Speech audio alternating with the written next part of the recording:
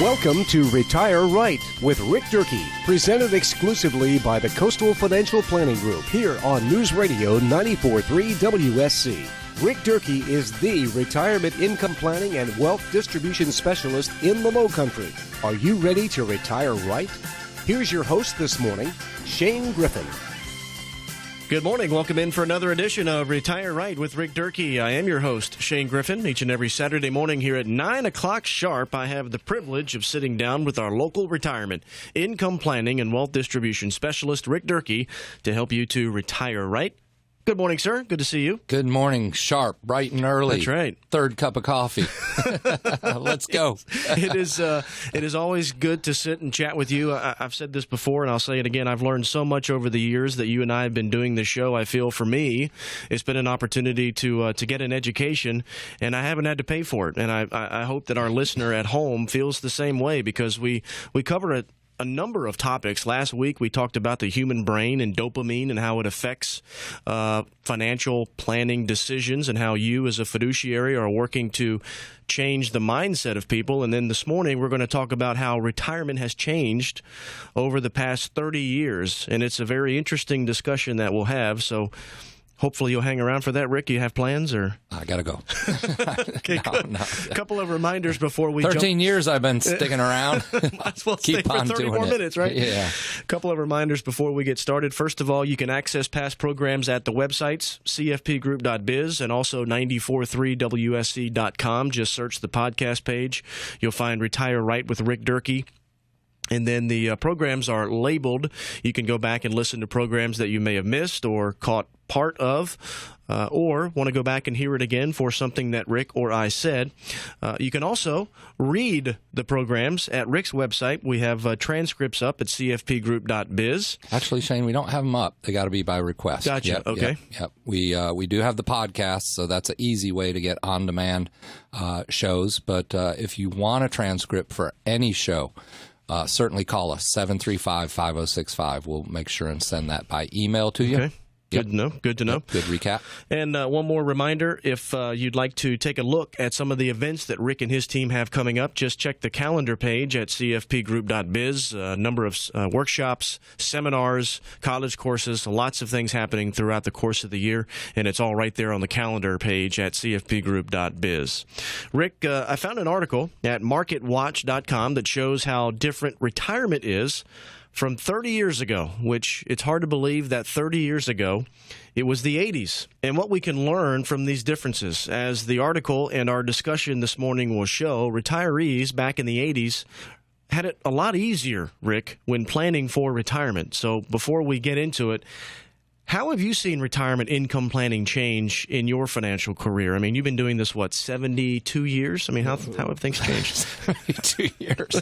Okay, I'm 57, Shane, so you do the math Just out there back it down, right. and see if Shane's giving me a little ribbon there. I think I'm calling you old, yes. For being the old guy But seriously, in the room. How have things changed in your career? I'm sure you've seen a number of changes. Shane, just recently I've seen big changes. I was associated with MetLife Financial Services for a portion of my career prior to starting up the Coastal Financial Planning Group 13 years ago.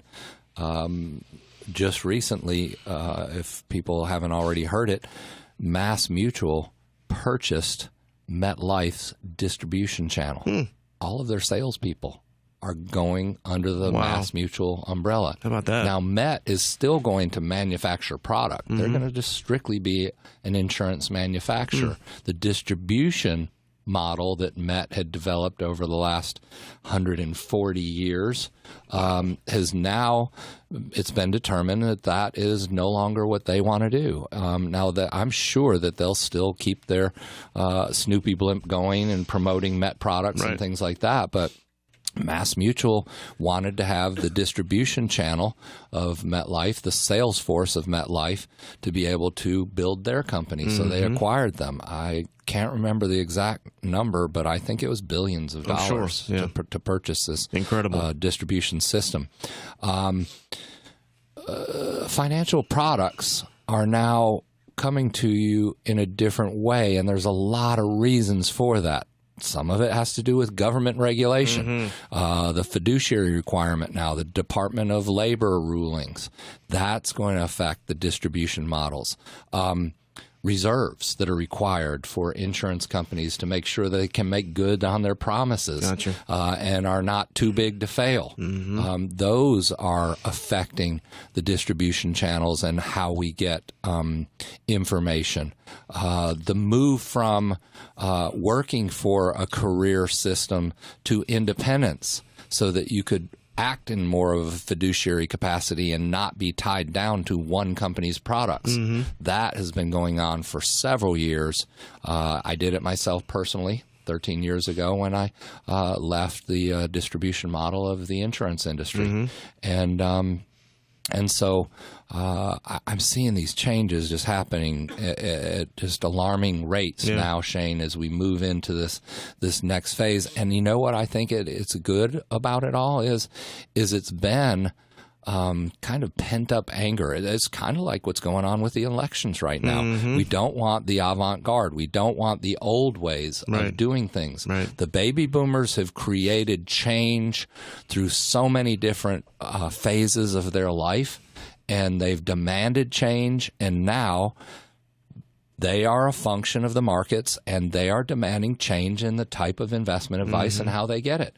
And so you look at the difference between now the old distribution models of broker-dealers and brokers, and now you see the availability of institutional money managers providing information to retail investors through registered investment advisory platforms.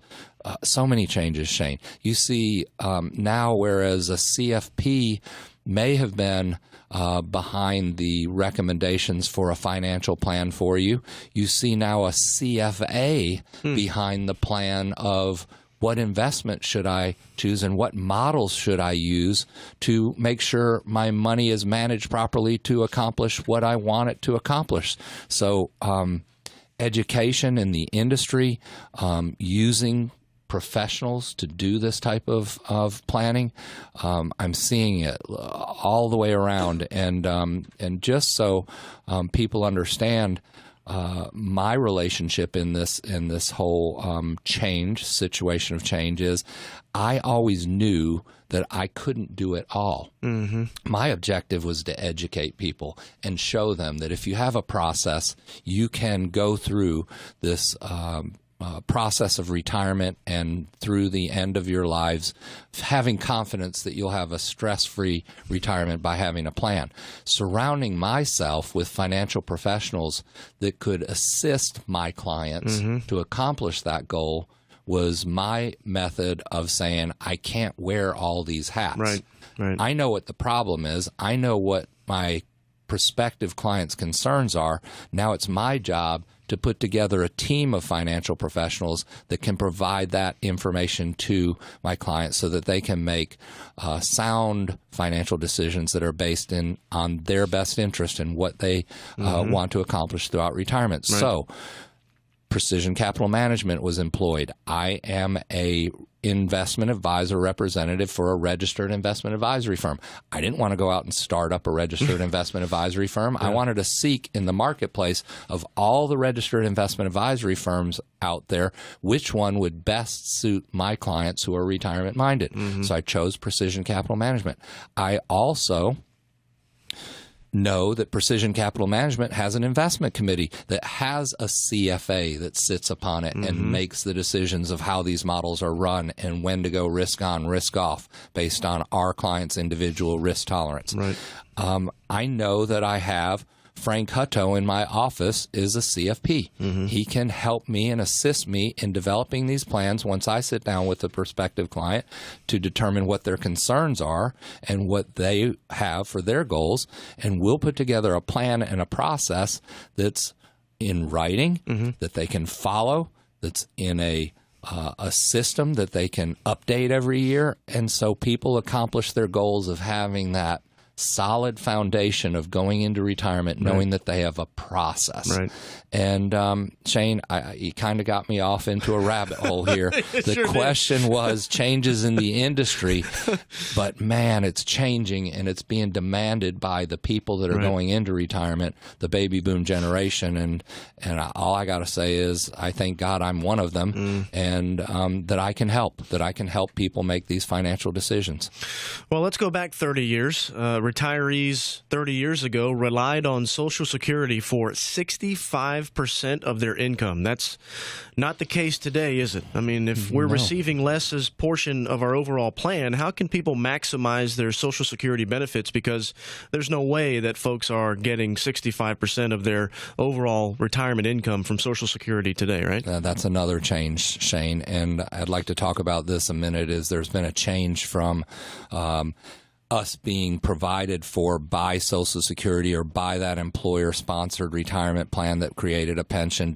It's been the shift now to individual responsibility, and the boomers have required that also. They wanted it to change. They wanted to be able to be in charge of their investments. Right. They didn't want a pension being dictated to us. So defined contribution plans were set up, 401k plans, things like that. And so now we have to depend on ourselves to manage that money not only during the accumulation phase but also through the distribution phase. Right. So back in the day, which wasn't that long ago, I remember the 80s very vividly, Shane. I mean, I was in my mid-20s and it was a great time of life, but I guess I didn't pay a lot of attention then at 25 to who was retiring and how they were retiring at that point. But they could afford to almost live off just of their Social Security alone. Incredible. I mean, not so today, certainly. Social Security accounts today for just 27% of retirement income. So down from 65 to 27 since the 80s. We had David Gaylor on the show a few weeks ago, and he was saying that most of the people that he meets with, and I concur with him, most of the people that we meet with are trying to squeeze it out. So maybe Social Security equates to somewhere between 35 and 45% of their income. It is a source of retirement income. We should view it as such. We shouldn't worry about whether it'll be there or not, folks. I believe it'll be there. It just won't be in the current form that it is today. Right. But certainly it needs to be factored in that it is a portion of our everyday money that will come to us. It's a source of consistent pension plan that's coming from the federal government. We also have to look at how we should take those benefits, how we should time taking those benefits, and also how we should maximize those benefits with regard to taxation. So evaluating those options, not just basing our decision on whether we think that the system will be there and we got to grab it while the getting's good. Okay, we need to take all the facts and we need to look at it and we need to decide, is this in our best interest to opt to take it at 62? Is it in our best interest to take it at our normal retirement age? Is it in our best interest to wait as long as we possibly can at age 70? That information is critical for you to know before you make the decision to sit down with the Social Security Administration and choose your decisions. You can even make those decisions online, I think, today. You don't even have to go into the office. So going through a process of discovery and learning about Social Security so that you can get more out of the system is critical. Increasing your percentage of those benefits that'll be part of your retirement income plan can be done with proper decisions of how to take them and when to take them, and also what assets that you might want to use in place of those if you want to delay them. Also, 30 years ago, Rick, many people used to have pension plans that filled in the gaps left by Social Security. In 1980, for an example, 46% of all private sector workers, almost half of all private sector workers, were covered by a pension plan. There's no way that's high right now. Well, we saw, pension plans that ended up being guaranteed by the government. Okay. We saw government pension plans changed and how government employees save for retirement. You mentioned the number in 1980 of 46% of private sector or, companies providing pension plans.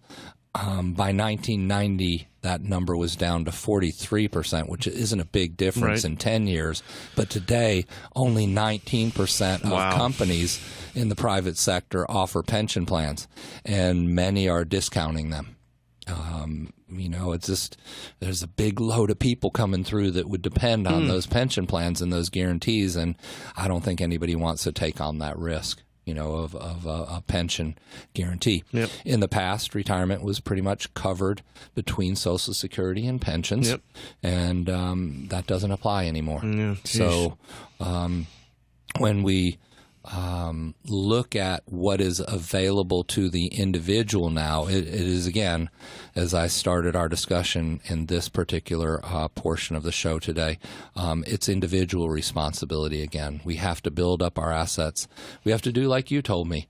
You had stopped making some contributions to your 401k plan for a little while, but you looked at it and you said, if I don't do this right now, I won't do it. Okay, it's going to be another 5 years that passes by. Not that you waited 5 years. I think you were just out during the time that you had some issues that you had to address. On your advice, paid down some debt. Had to pay down debt. Got out of debt completely, where I could start to maximize and contribute the maximum into my 401k. And it's funny how you get to a point where you say to yourself, when I'm out of debt, I'm going to max out the 401k. Well, I got to that point, and I could almost start to see myself talking myself out of it. Oh, you were wanting to eat one of those donuts we were talking about last week. And I said, you know what? This is not part of my plan. I made a plan that this is what I was going to do. So I went to my 401k website because I can manage it myself, and I made that contribution percentage and going to stick with it. But it's easy to talk yourself out of things, for sure. It is an individual responsibility. You made the right decision, Shane. Well, 30 years ago, men were expected to live 14 years past retirement, age 65, so men were expected to live to be about 79 years of age. You've said it before, and I'm sure you'll say it again. The good news is we're living longer. The bad news is we're living longer, aren't we? Yeah, it's true, Shane. Women were expected to live until 84 in the 80s, 19 years after retirement. Today, most life expectancy for men is 91 and women is 94. That's 26 and 29 years after the age of 65. That makes a 30-year retirement. Holy cow. Quickly approaching a 30-year retirement is a reality now, folks. So the longer we live, the longer your money needs to support you.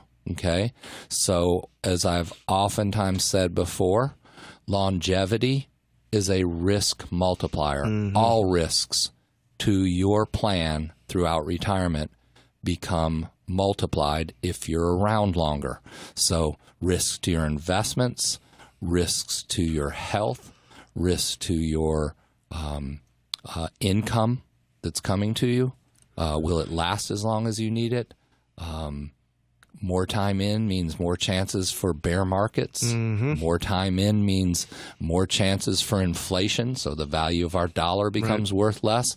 Just take a walk back in time and think, if we have a 30-year span of retirement, let's go back 30 years from right now, Shane, what does that put us in? 1986? Okay. 1986. 1986, right in the middle of the years we're talking about today.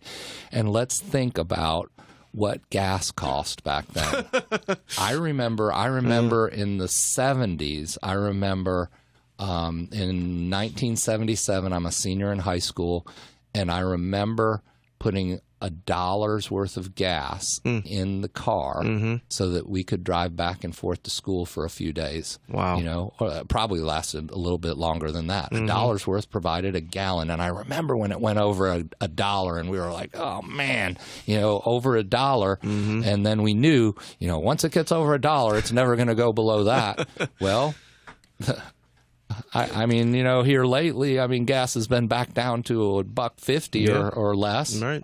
And you say, gosh, it's just a sign of right now that we're in a deflationary period because of oil prices. Right, of course. But inflation certainly has come, and we were thinking and worrying about the approach of a $5 gallon of gasoline. Mm-hmm. And we certainly know what goes down comes back up, and what goes up must come down. That's so right. Newton's law of physics, tells us that in the financial world that things are going to go up and they're going to go down, just like investments do. So we have to look at all this information, Shane, and we have to remember that certainly longevity is a risk multiplier. There's all these risks that will come to us in retirement, right, and we need to plan on them. It's going to help us to retire right. Well, Rick, a few minutes left before I let you go. Some closing thoughts on the program today. It's been really interesting to look back over the past 30 years and look back into 1980 and see how things have changed. And really, it seems to me that the cornerstone of this article, and really your thoughts today, are it's more about personal responsibility now, right? It is, Shane. And some people think, well, gosh, I'm not going to live 30 years in retirement. I'm 65 years old, and I just saw that David Bowie passed away, Glenn Fry passed away, Yeah, people do die early, folks. But if you look at the numbers, okay, and the averages, and if you look at your numbers based on your family and your family's longevity, and you add some years to that, chances are you're probably going to go that long. And, especially with the medical advances that we're making. Shane, I went in for a CT scan, and they discovered that my heart artery, on one of my heart arteries, has some calcification. That means it's early stages of hardening of the arteries. Goodness. Now, they discovered that. So can they do something about that? If we put a medical plan in place, is that going to help me live longer? Sure it will. I mean... and 30 years ago, they may have never seen that. Yeah. And how did they discover that? And what was that discovery process?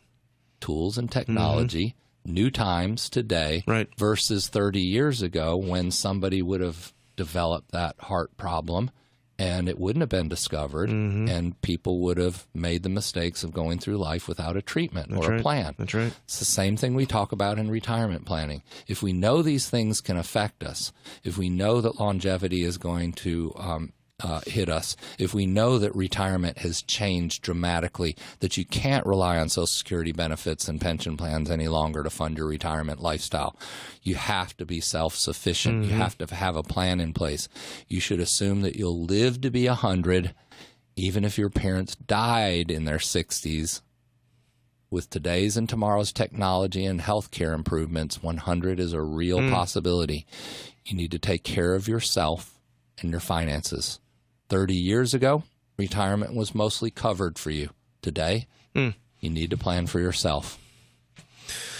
Boy, that hits it right on the head, doesn't it? And square between people's eyes, I hope, because it is a valuable lesson that it's about personal responsibility now when it comes to retirement income planning and wealth distribution. Rick, it's always good to see you, sir. I know before you leave today, you wanted to give away a book by David Gaylor, correct? Yep, the income allocation book. This is how people can begin their process of discovery to learn what type of things they need to do that health check of your financial security for your retirement income plan.